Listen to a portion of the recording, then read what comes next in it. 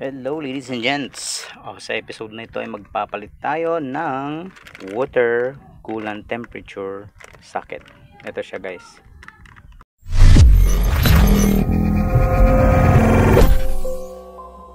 Actually, magpapalit sana ako ng water coolant temperature sensor. Ito siya. Binili ko kasi ito ng isang set dyan sa ating Shopee affiliate page. Okay, so I came to realize na ito lang pala guys ang problema. Kasi dun sa hood, maluwag yung kanyang temperature sensor socket. So pag nagagalaw siya, hindi nagko-connect ng maayos yung mga contacts niya dyan. Nagkokos yun para mag-wild yung ating temperature gauge. Okay? Dalawang beses ko na yun na-observe. Okay, so yung unang beses ay yung nandun ako sa Quezon Province noon. Habang nagre-rest kami sa isang gasoline station dun sa aming Visayas trip so habang naka-idle itong sasakyan, naka-aircon, biglang tumaas yung kanyang RPM. Hindi siya nag-steady sa 1,000 kung naka-aircon.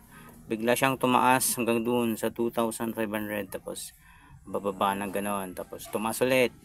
So alam na natin na hindi yun normal, no? Now, nung tinignan ko yung kanyang temperature, pati ito rin gaganyan siya. Ayan, mabilis cool, tapos pupunta siya dun sa hot, tapos magpunta dun sa gitna, then pupunta sa cold. Well, sa tinagal-tagal ko na nagawak ng sasakyan na ito guys, alam ko na yung kanyang sakit, no? Okay, so pumunta ako dito sa harapan guys, tapos sinubukan kong galawin yung wire ng temperature sensor. At ito yun, yan. Yung wire na yan, hindi ko magpakita sa inyo, sorry. Okay, yung wire na yan, ayan, yan. Yung wire na yan, yan ang wire ng temperature sensor. So nung ginalaw ko yan, biglang nagbago-bago yung RPM. Siguro nag-connect ng maayos, tapos nag-normalize na. So ang ginawa ko, nilagyan ko muna temporarily ng zip tie. Ayun, kita yung black na tali doon, nilagyan ko muna. And so what happened, nung nilagyan ko yan, siguro maayos na yung connection ng water temperature sensor. Nag-stabilize yung idling ng makina. So inobserbahan ko muna, no? Kasi baka syempre sa tinagal-tagal na ng sasakyan natin na ito ay talagang may mga connections na maglo-loose dyan. And so nung nakarating na kami dito, tagal pa naman, siguro mga around 4 weeks, inobserve ko ulit siya. Nangyari ulit yung ganon. So ginalaw ko na naman siya, nag-stabilize ulit. So yun yung dahilan kung bakit nag-conclude ako na connection lang ang problema. Alright, so ito kasi guys, yung mga connection na yan, ganitong mga connectors na yan, syempre babad sila sa init ng makina. So plastic lang naman ng mga yan, so pag tumagal, nagbe-brittle talaga yung mga yan. Okay, so hindi ko na kasi ma-replicate yung phenomenon na yon kasi hindi naman siya predictable na nangyayari. So para wala na akong iniisip, bumili na ako nito, itong temperature socket at temperature sensor socket, pero may kasama na kasi siyang temperature sensor, so backup ko na lang yan kasi gumagana pa naman ng maayos yung kanyang coolant temperature sensor guys.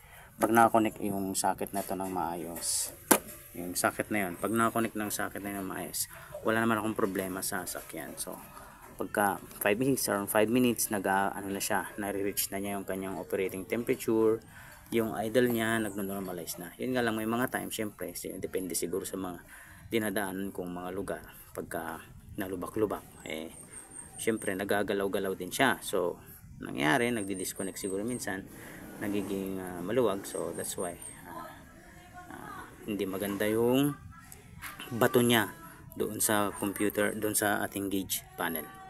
Okay, so palitan na natin.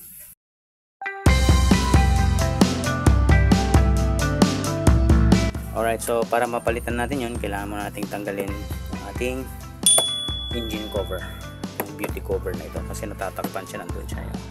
Tanggalin muna natin guys. So for that, kailangan natin ng digest na socket wrench like this.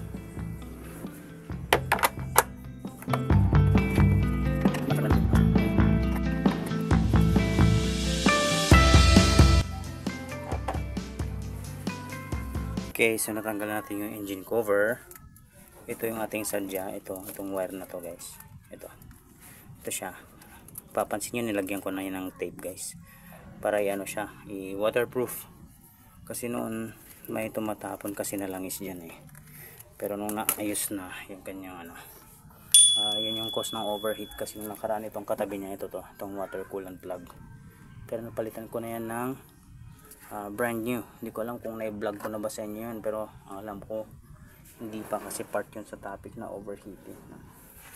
Okay, so ang gagawin natin, tatanggalin natin itong wire na to. May connector lang yan na parang ganito, may pipisilin ka. Ayan, so ang hirap naman. So ang gagawin ko ngayon guys, tutusukin ko na lang yung connector. Ayan, kita nyo. Ayan, so tinusok ko yung ganito nya, ganyan nya. Ayan, tapos tinulak ko pa ganun. Kaya siya natanggal. At ayan. So technically pwede na natin tanggalin ito. Ayan. Okay, so ito siya guys. So ito, tanggalin natin tong yellow. So tingnan natin kung parehas sila. So gaya nung video natin about the kung paano ilagay yung connector, paano palitan itong mga injector sockets niya. Siguro ganito din yan. So malalaman natin kung wala ako ng long nose. Para mapalitan mo yun, may dalawang paraan paano mo ito palitan. Ang first na paraan guys, puputulin natin yung wire nun. Tapos idudugtong natin dito guys. Yun ang unang paraan, no? Pero ayaw kong gawin yun. Gusto ko hanggat maaari stock pa rin yung wiring ng ating sasakyan. So ang gagawin ko, ito lang naman housing. So pagka nilong nose mo yan, ayan, tatanggal siya. And then pag natanggal na siya, pwede mo nang ipasok itong dalawang waterproof. Ayan, itong dalawang waterproof na connectors na ito. Pero actually yan, dapat pagka nilong nose yung ganyan, dapat mahihila niya talaga. Pero kita niyo naman, broken na siya, so sirain na lang natin ng tuluyan. Ayan. So ang next na gagawin natin, alright, so ito na yung kanyang itsura guys, matapos kong sirain ng tuluyan yung kanyang socket. Ayan, ganito siya. So kung nakikita nyo, yan po ang current situation ng socket na yan. Brittle na siya, at the same time basa pa ng oil. So huwag na tayo magtaka kung bakit minsan hindi siya gumagana, no? So hindi ko muna siya tatanggalin ng ganyan. Ganyan lang muna siya para yung orientation ng kanyang wire ay hindi siya magkapalit. Ayan, para hindi magkapalit yung orientation ng dalawang wire. Okay? So dito naman tayo. So para may pakita ko sa inyo ang tamang pagtatanggal ng wire na ito nang hindi natin siya pinuputol. Kasi yun, hindi naman natin siya puputulin. So papasok lang natin yung wire niya dito sa bagong socket. Okay, so ang gagawin natin ngayon, tatanggalin natin yung wire na nandito sa loob. So para tanggalin yon, tatanggalin natin yung kanyang yellow na fascia. Ito, ganyan lang cover. Gamit lang kayo ng long nose, yung yellow lang ang inyong pakakainin sa long nose. Hindi kayo dun sa taas, pwede naman siguro. Ayan, so natanggal na. Ang susunod naman dito guys, ay itong wire na to, itong dalawa. Ayan, itong wire na dalawang ito dapat matanggal ito nang hindi natin nasisira yung socket. So para mangyari yan, kung nakikita nyo guys, doon sa pinakaloob, ayan, may plastic doon. Ayan, kita nyo. Yung plastic na yun, yun yung nagsisilbing unan nitong connectors na ito. Para pag sinaksak natin siya, hindi aatras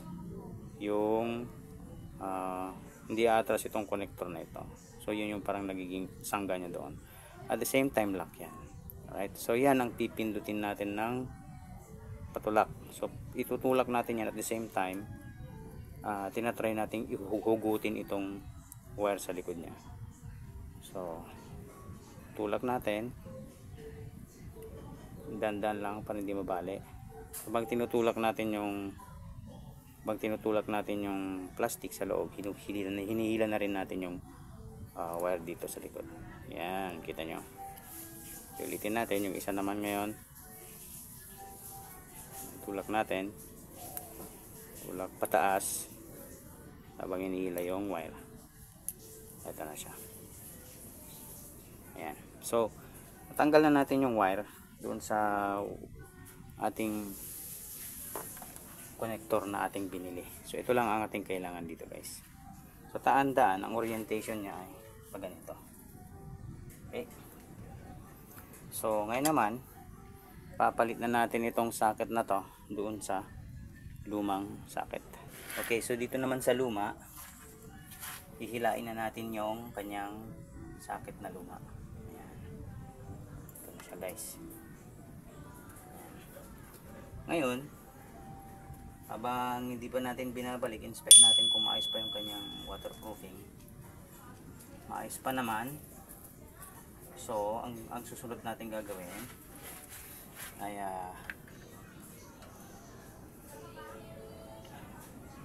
kailangan natin patasin ng maayos.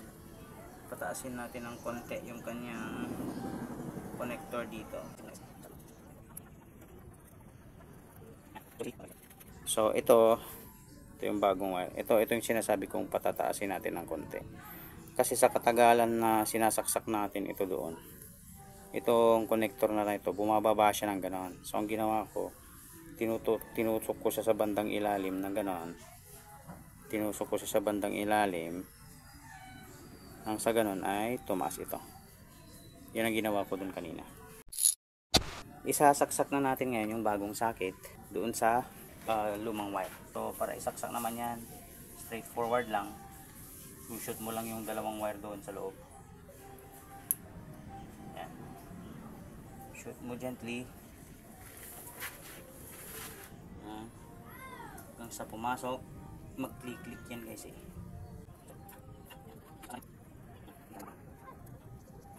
Na lang ang hindi.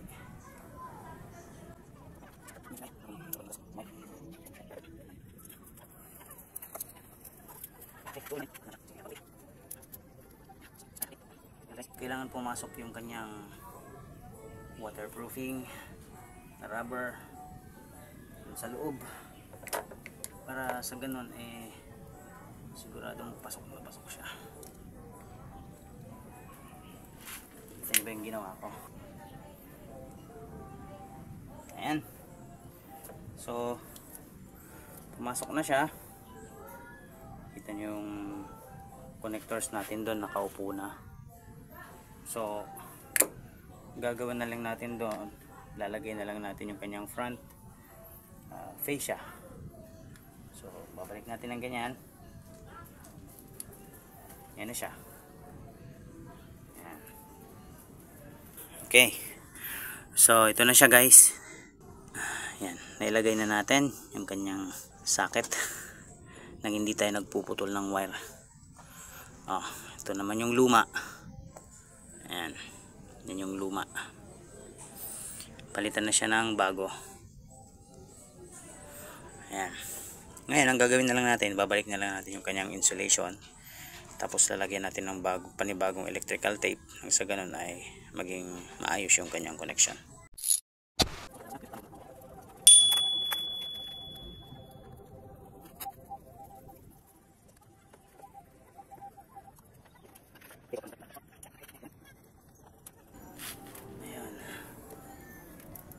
Okay. Ayan. Guys. Okay. So, nailagay na natin, guys. So, yun na siya. Okay. So, yun na siya. Naka-install na.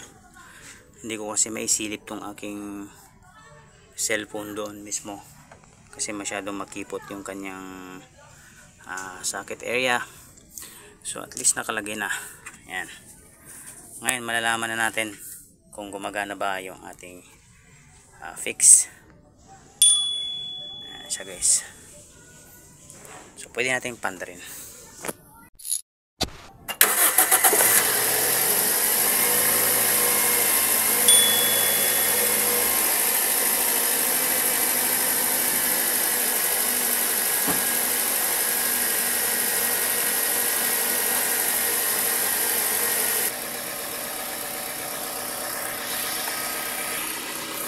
Okay guys, kung papansinin nyo medyo bumabagal na yung ating idle. Ibig sabihin yung ating makina ay umiinit na. Malapit na niyang ma-reach ang operating temperature. So dun sa cluster gauge dun sa harapan, kailangan makita natin yung ating temperature gauge na medyo tumaas na. Tingnan natin. Oh, kita nyo naman, oh. Ayan. Medyo ano na siya. Malapit na sa gitna. Ayan. Okay, ang normal operating temperature ng ating sasakyan ay laging nasa gitna. Halos lahat naman ng sasakyan ganun. Pag dapat yung ating temperature gauge nasa gitna lang. Kasi pag nandun siya sa baba, hindi maganda. Pag nandun naman siya sa taas, nag-overheat ka na. So dapat balance lang between cool and hot. So nakikita niyo naman, maayos siya. So maayos na siya nagre-report, no. Isa rin yung faulty na temperature sensor socket, ito. Nagko-cause din yan ng fluctuation ng RPM kapag bagong switch ninyo yung engine. Siyempre maramig pa, no. Pag bagong switch yung engine tapos gumagano siya mag-isa, ito rin ang pwedeng maging culprit kasi hindi siya nakakapag-report ng maayos ng data doon sa ating ECU. Kaya maganda yung monitor nyo. Itong ating water temperature sensor, hindi pa natin to pwedeng ilagay kasi hindi pa natin to may lalagay guys kasi okay pa naman yung ating stock na water temperature sensor. So keep na lang natin to for keeps, and then tawag doon, for keeps na lang natin ito, and then pag kailangan edi palitan. Yan. So nagiging brittle ito. Siyempre 20 years old na itong connector natin na ito guys. So ibig sabihin lahat ng connectors ng sasakyan na ito malamang sa malamang brittle na. Yan ito, itong connector ng map sensor, itong connector ng purge valve, mga brittle na lahat yung mga yan, kaya magdaan-daan na lang tayo sa pag. Yun yung connector ng ating tawag dyan, ating radiator fan, brittle na rin pero okay pa naman.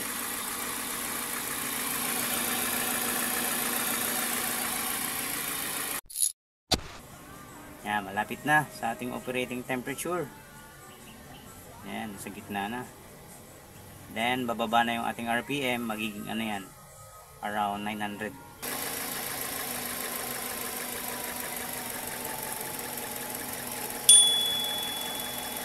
Ayan, so narinig nyo guys yung ano, yung pagbaba ng RPM nya. Yan na ngayon yung kanyang normal operating temperature. Ibig sabihin na-reach ng engine yung kanyang operating temperature. Pero since nakabukas yung ating hood, mamaya pa under yung ating radiator fan. Kilala ko na itong sasakyan na to guys, kaya alam ko na kung itong sasakyan ko ay may problema or wala. So pag ginayaan ko pa ito na mag-idle ng medyo matagal, under na itong kanyang radiator fan kasi yung init ng coolant ayan, so dumaloy na. So siyempre madidetect na yan ng ating temperature sensor.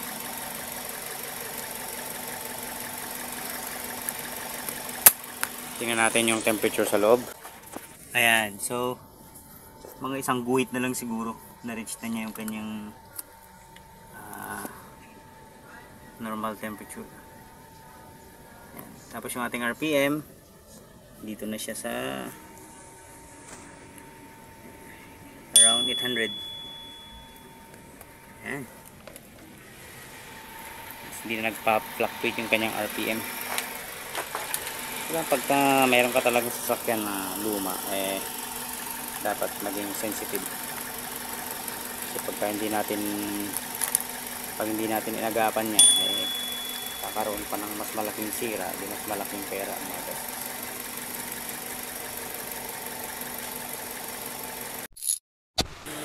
Yan guys, maandar na yung kanyang fan. Right, so sana may natutunan kayo sa video na ito. Kung meron, please share this video sa mga kasama nating may Corolla 9th generation. At kung hindi ka pa subscribers, please subscribe para lumago-lago naman ang ating channel. See you soon. See you next video.